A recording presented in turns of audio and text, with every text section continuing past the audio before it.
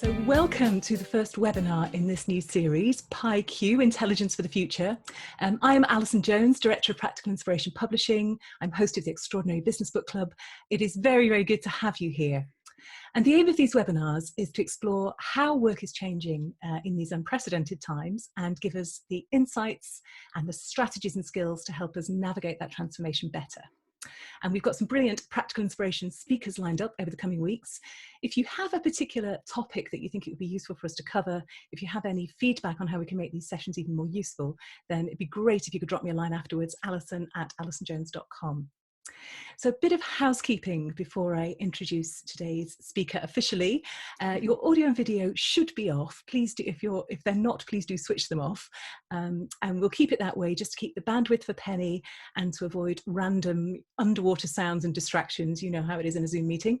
If you do have questions and comments, and I hope you will, just put them in the chat as they occur to you. I will be monitoring the chat while Penny's talking. I'll do my best to pick them up. And at the end, I'll either invite you to put them to Penny yourself during the Q&A session at the end, or if we're running out of time, I'll put them to her myself. So this session is being recorded. You will receive a link to the recording of the full thing afterwards. I'm also going to be putting up the talk bit, not the Q&A bit, on the Practical Inspiration YouTube channel and on the PIQ e-learning platform. Right, that's all the housekeeping, I think. Let me introduce today's speaker, Dr. Penny Pullan.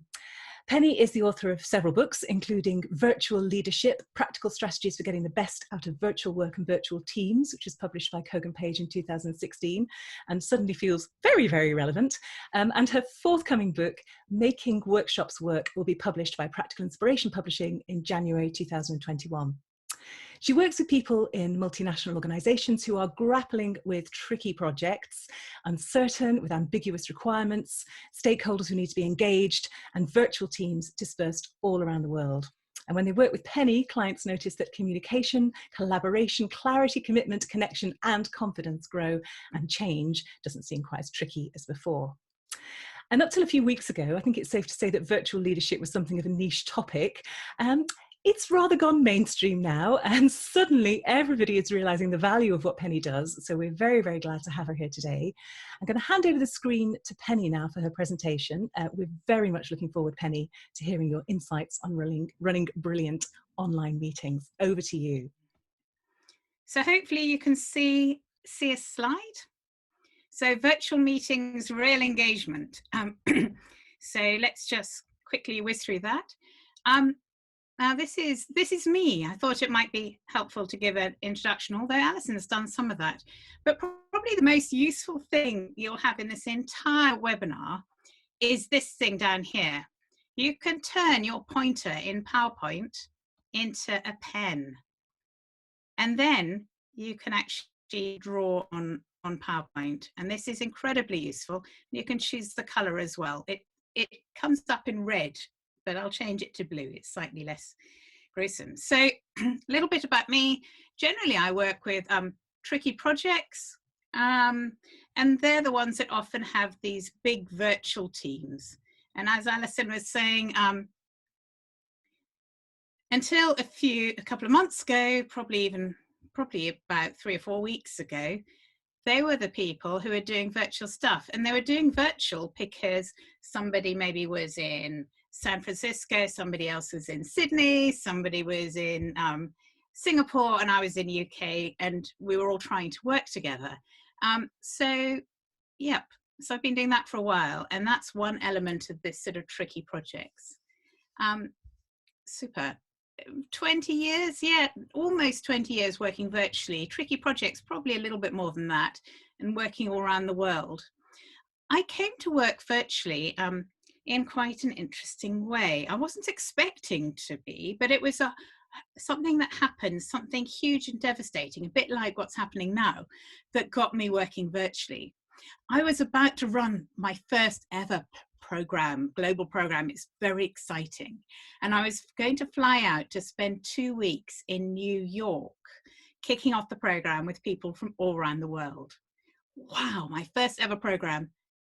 And I was so excited. Everything was ready. My bags were packed and I had the ticket in my hand. The ticket said on it the 13th of September, 2001. Now, what I'm going to invite you to do is to find the chat, and in the chat to type in why you think that might have been an issue. Absolutely. So we've got it. Yeah, lots of people have said 9/11, because 2 days before I was due to fly, 9/11 happened. And so I couldn't fly. We were grounded for 3 months.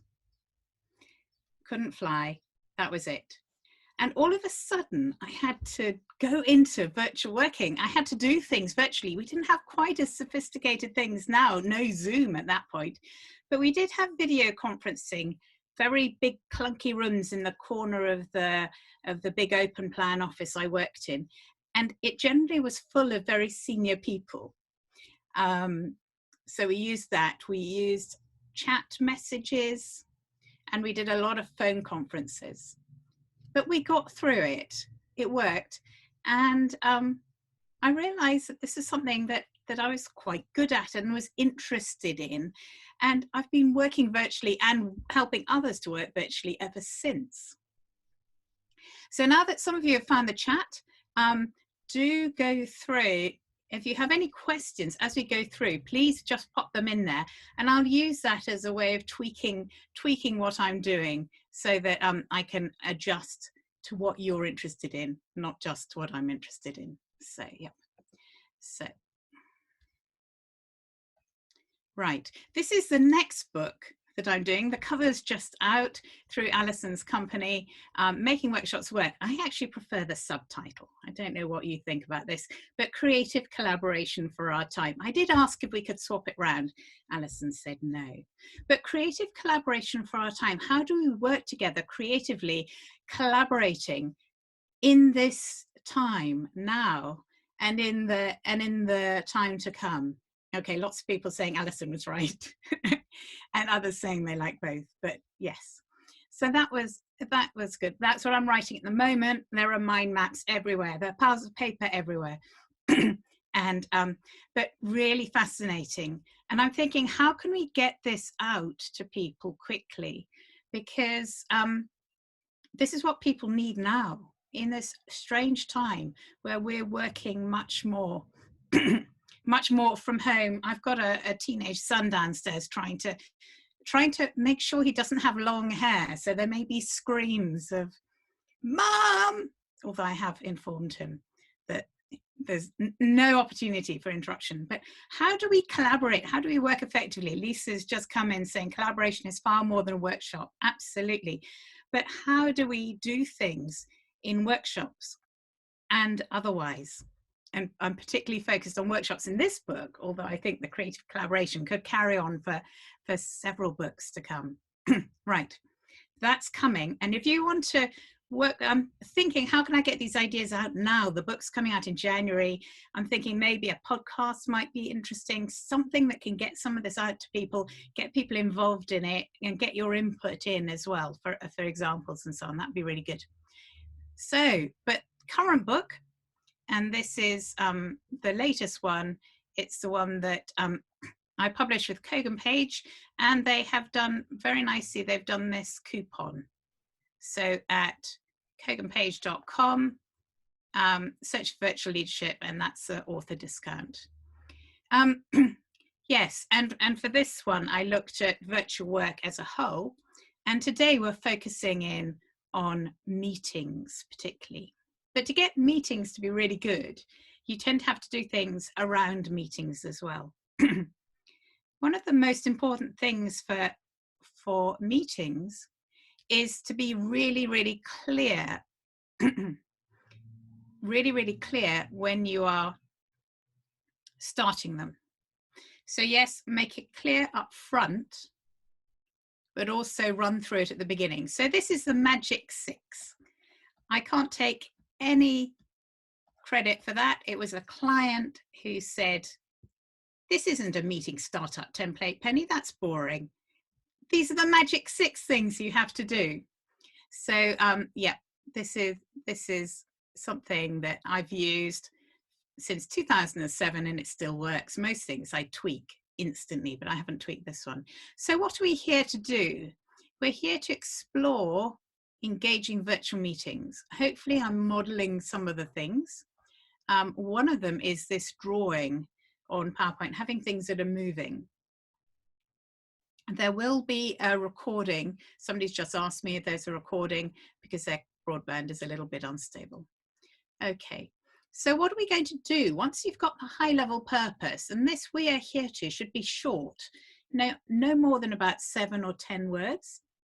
So what are we going to do? We're going to introduce me. We've already done that. And we're going to introduce virtual. Well, I normally have to introduce virtual, but I think most of us know what I mean now.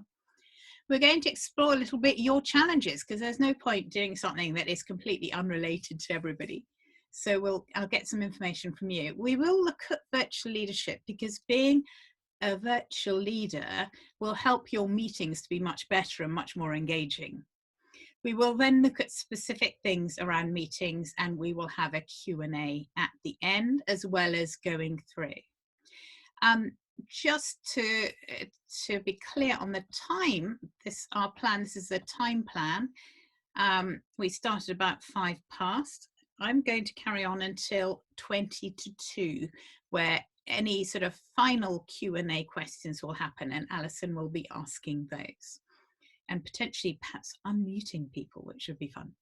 And we will finish at the latest by 2.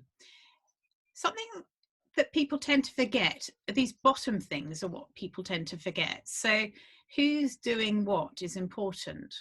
So I'm here to present and maybe partly to facilitate. I'm going to ask Alison, would you be the timekeeper and just let me know when it's 15:15?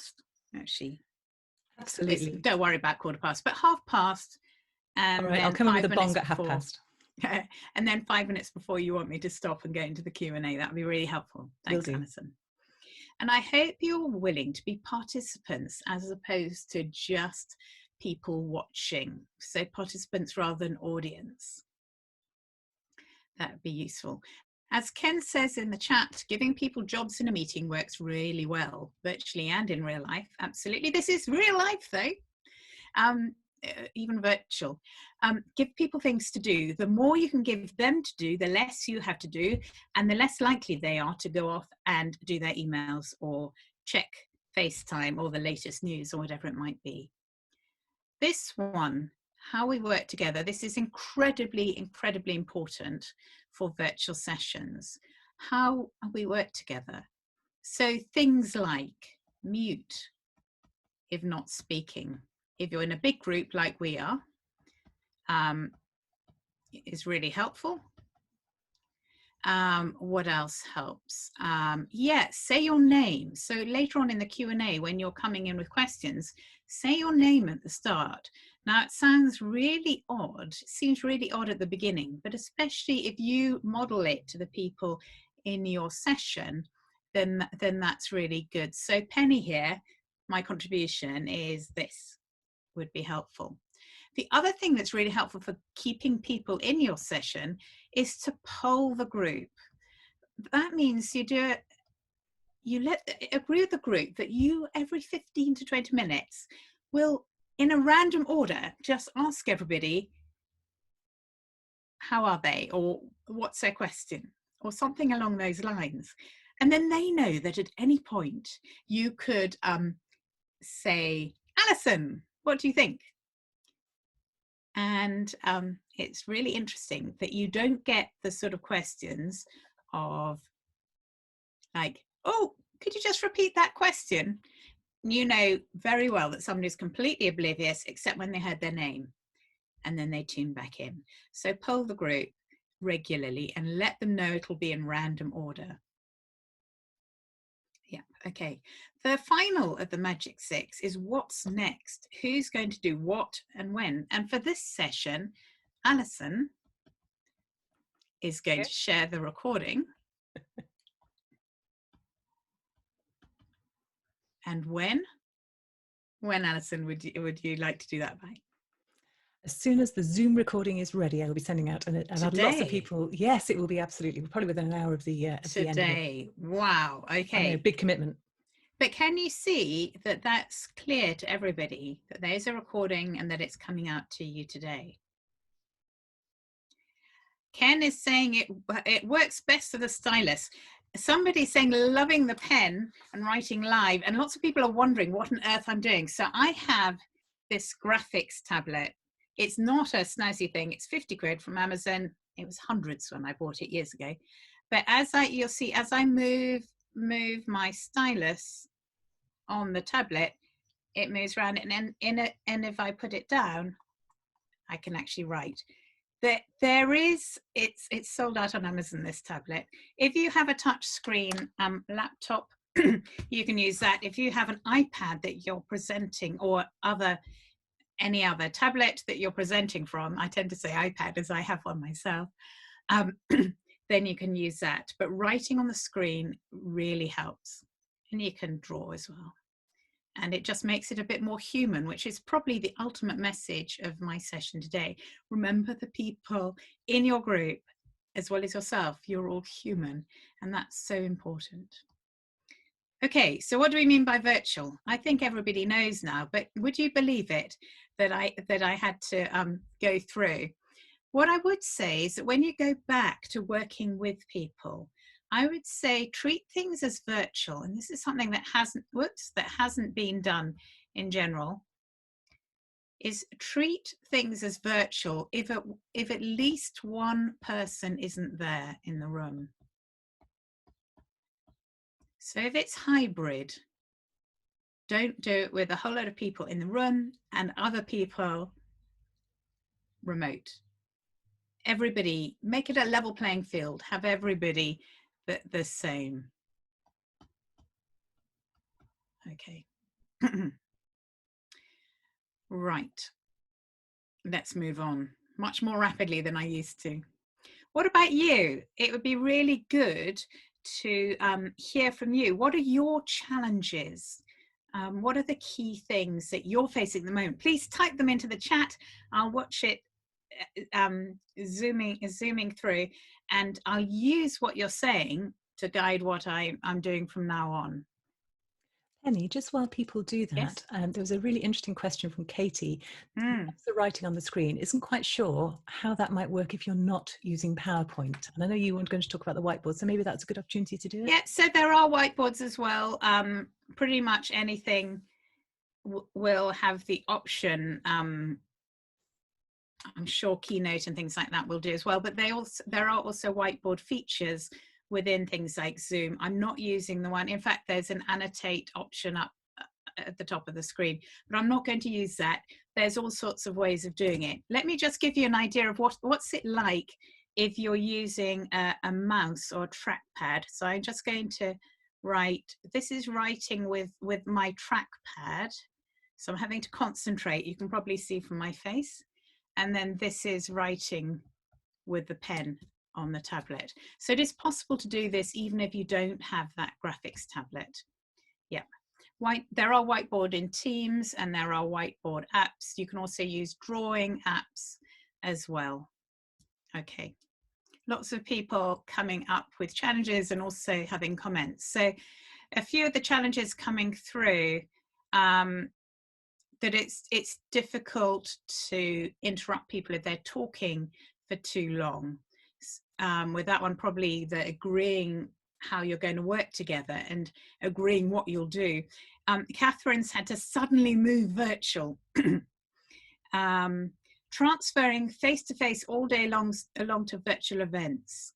How frequently should be breaking? How do you hold the attention for a full day or even a half day, says Terry. Well, for Terry, don't do full day virtual events. I would say even don't do half day. Take the chance to split your full day into several sessions and have them throughout the week if you can, or maybe 3 sessions spaced out considerably during the day, because adults will be tuning out after 1 hour, let alone half a day. Okay, a few more things coming up. Hard to remember the needs of introverts. Yes, so you need to remember the variety of people, and we'll talk about that in a moment. Lots of people talking at the same time. You need to work out how you're going to have have a productive way of working together. Yeah. Okay, getting people to turn cameras on, yes, that can be hard, but also getting people to turn cameras off can be hard too. Right, what I'm going to do is I'm going to move on. I've had a look at these, and I know Alison will be picking up key ones later on at the Q&A. Okay, let's get this through.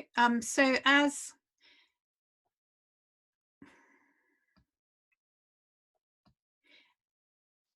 okay, I did say I'd talk about things outside of meetings as well. So I'm going to share a little bit of the virtual leadership model from the virtual leadership book. This is saying if you want to be good as a virtual leader, you really need to start here. Start with yourself. You need choose to be the best virtual leader that you can be. Work out what your preferences, what your strengths, your weaknesses are, and then work on those. Develop yourself. Perhaps maybe even buy a book or attend some of these webinars as you're doing. The next stage is to think of the other people who you're working with. What are their strengths? What are their personalities? As somebody said, the introvert. How can you work well with them? How can they work well with each other? The next stage is where the technology comes in. So this is where I'd say tech. Once you've got those other things sorted, so what, you need to have the ability to work well with technology. You also need to know how to get virtual meetings to work really well. And then the third strand here is outside of meetings. How do you get your virtual team working well together outside of meetings? And it's a combination of live meetings and working well outside of meetings that you combine together that work well. And then outside, this is all floating in a soup of things like cultural differences, maybe less so if you've just gone virtual. Language differences when I have people all around the world. Wide time zones, probably less so in people who've just had to go virtual.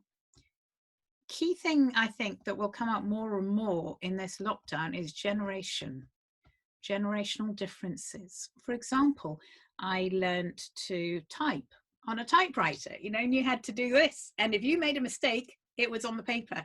Whereas my kids, they send messages all the time and they don't bother about being accurate. I was forced using a keyboard to be accurate. So I am much more accurate. And there are all sorts of other things that relate to how you learn things when you learnt them related to generation. Okay, so let's have a look at working with others and look at some of the things that it makes sense to think about.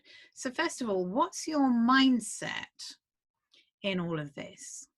So there are some people still who try and work with others in a command and control way. You may get away with it in micromanaging, but actually, guess what? It does not work virtually. People disengage really quickly if you try and do command and control. I think potentially when you're in crisis mode or needing to do something really fast and everybody's signed up to it, like the people building the Nightingale hospitals, perhaps it might work, but a much more facilitative leadership style and the mindset is much more likely to work virtually. I talked about starting with yourself. Know your own personality. Are you introvert or extrovert, for example, and all the other aspects of your personality? Know what they are. Biases, as far as you can, many of them are unconscious.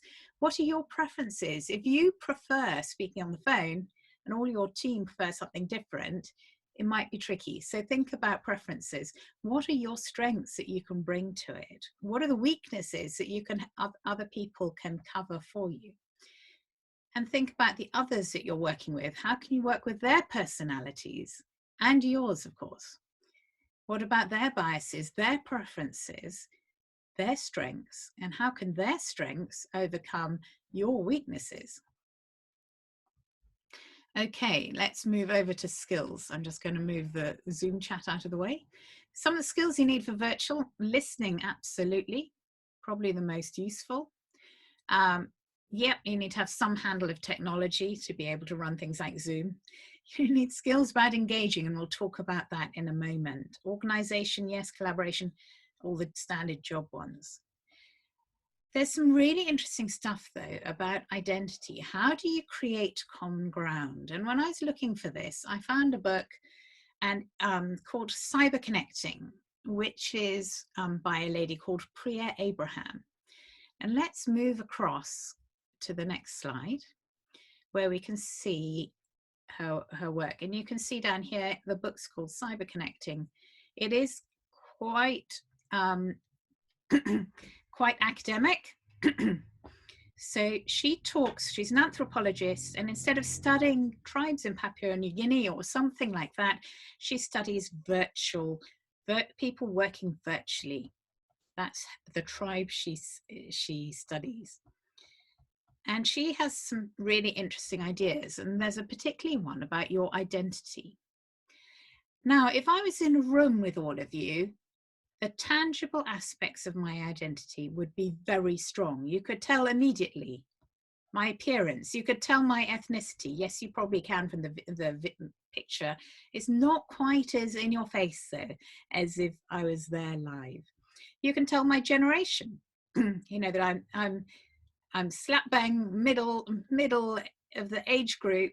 You can tell my gender, but with a low voice. If you couldn't see me, I wonder whether you could. So these things are very tangible face to face, and they overpower everything else. When you want to create common ground with the people that you're working with virtually, it's quite helpful to think about how can I use some of the intangible aspects of identity.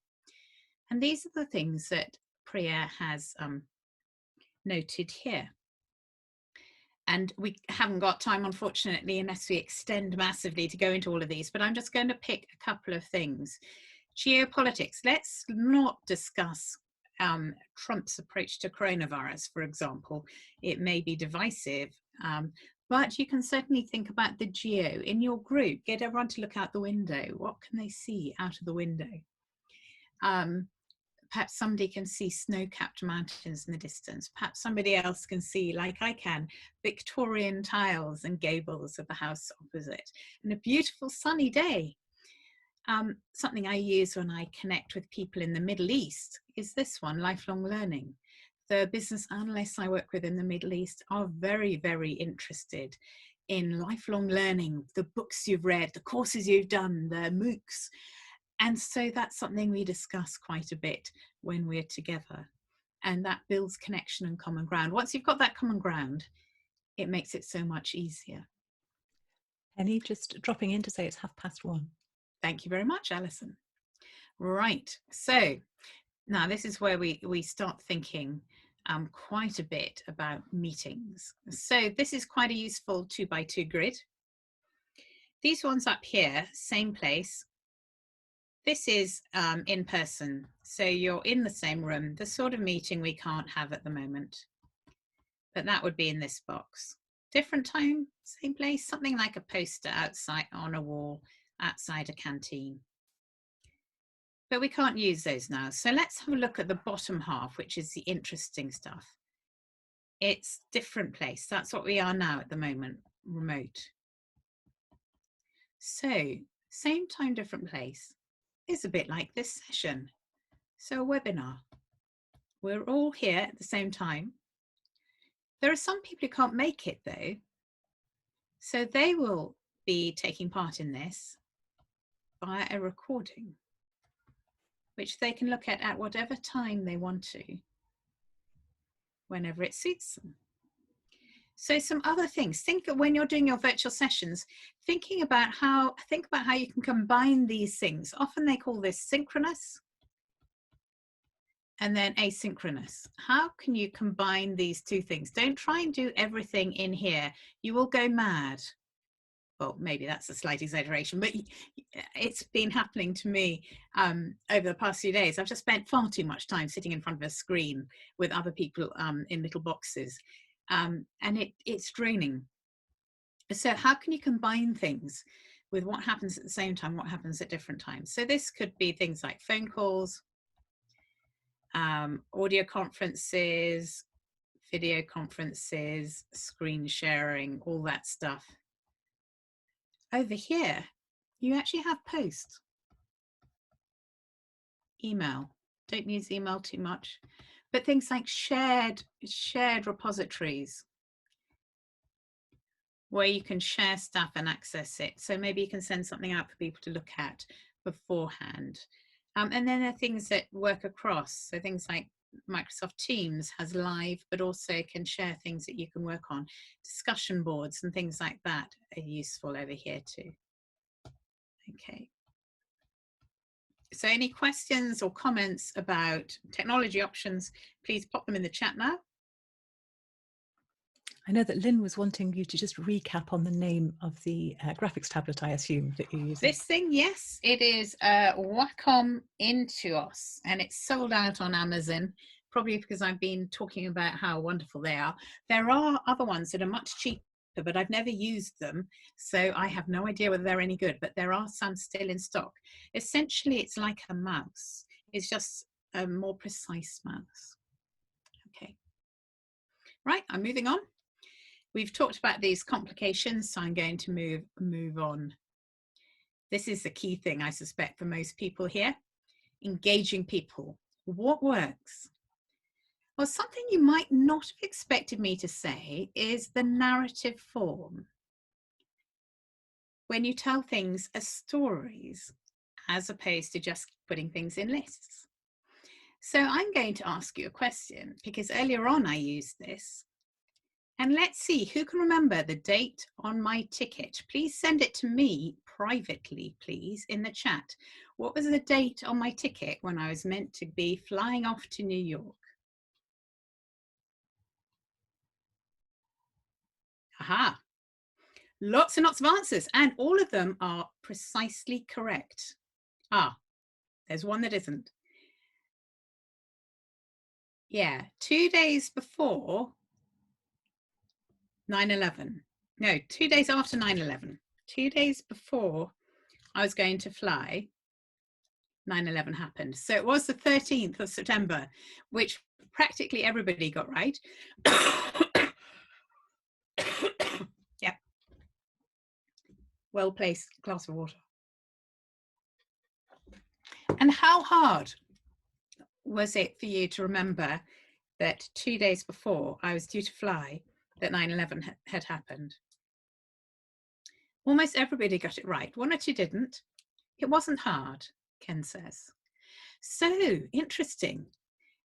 Even those that maybe said 9th or 11th got September right.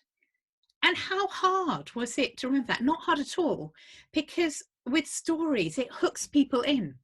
Nicole has just sent a comment. She was due to fly on the 13th of September, so for her, it's ingrained in her mind. If you tell things in stories, people remember without trying. It's effortless. And they will also hook in to the beginning. They'll expect a middle and an end. So yes, use stories. They work. Obviously, you won't say once upon a time and so on, but use a narrative form. Very powerful. Other things that work are visuals. So you may have noticed, and I think, so simple visuals. You don't want words covered in slides. You want to be drawing things. I think moving visuals that are created as you go really, really help. And in a slide or two, I'll show you how you can draw some simple things. I think I've got a few more minutes left. And the other one is faces. A bit like people will switch into, and little people, babies will hone in on faces. We like faces too. And so let's move on and just show you a couple of things. So visuals. I do have, I've got so many people nagging me about visuals that I do have a site which is free, and it sends you something for 3 months that you can practice, splits it down. So visuals are really important, and you can draw. In fact, grab a bit of paper, let's have a go. People always say the hardest thing to draw are people, if you have to draw it in front of others.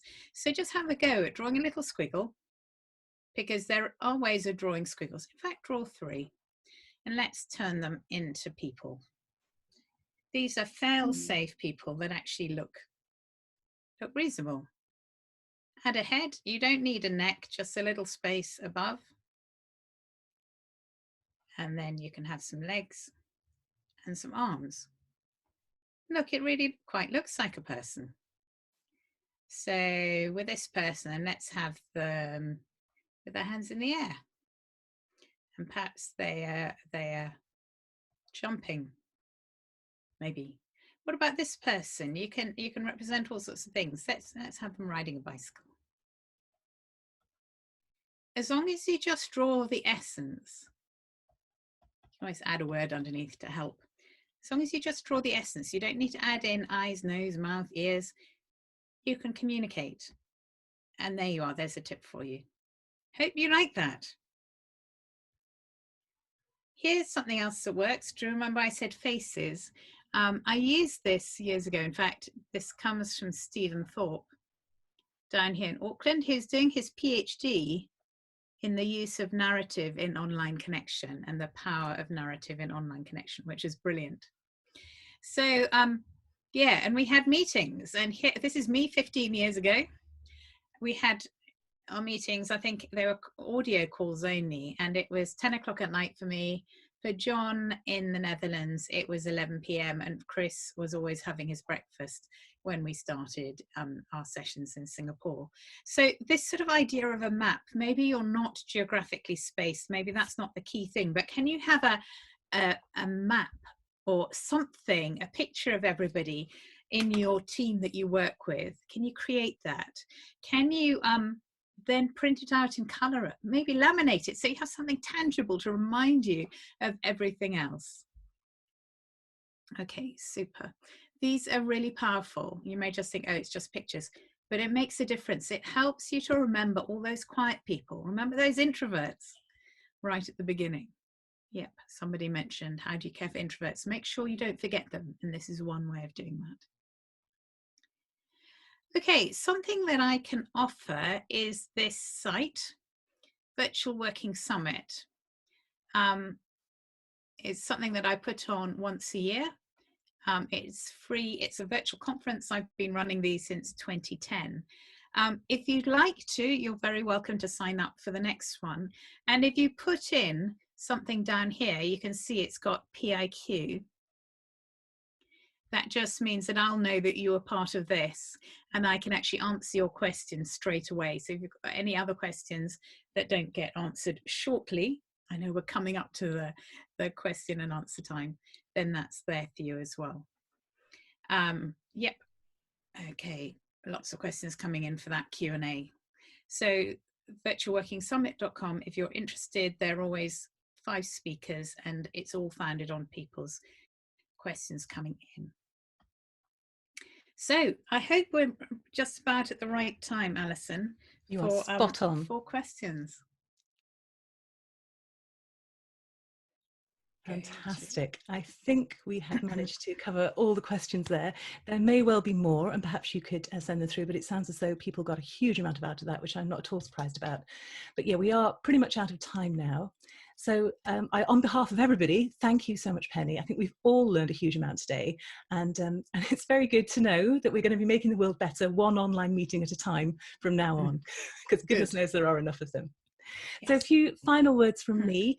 Do join us next week. We've got Anna Meller on the new balance, strategies for finding a work-life balance when all the old boundaries are broken down. And the following week, we have got Grace Marshall on converting in-person training to running online. I know that somebody had a question about that, and particularly how you manage a one-day session, which is exactly the stuff that Grace is going to be talking about.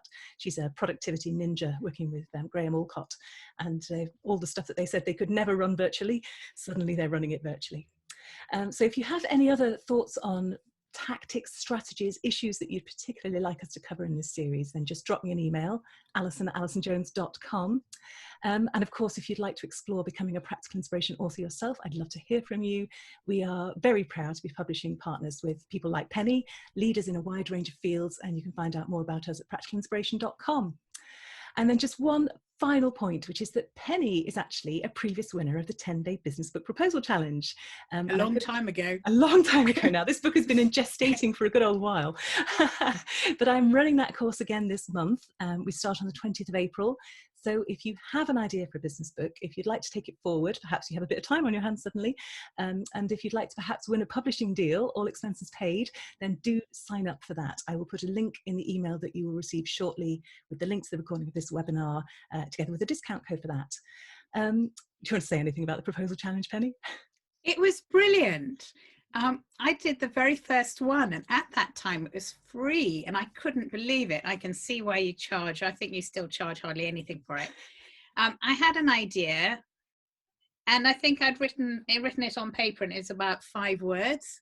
By the time I'd gone through the book proposal challenge 2 weeks later, I had a full book proposal that had been polished by Alison and everybody else in the group, and it was properly thought through, you know, the full table of contents and everything, and comparisons to other books out there, the whole works. I was stunned, and that was only half an hour a day. Very good. Recommended. Brilliant. Thank you. And you didn't know I was going to ask you that, so thank you very much. That was lovely.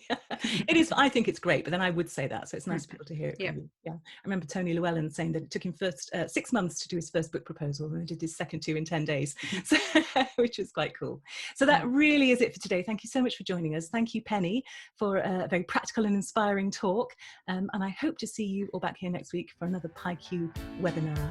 Thanks very much, and goodbye.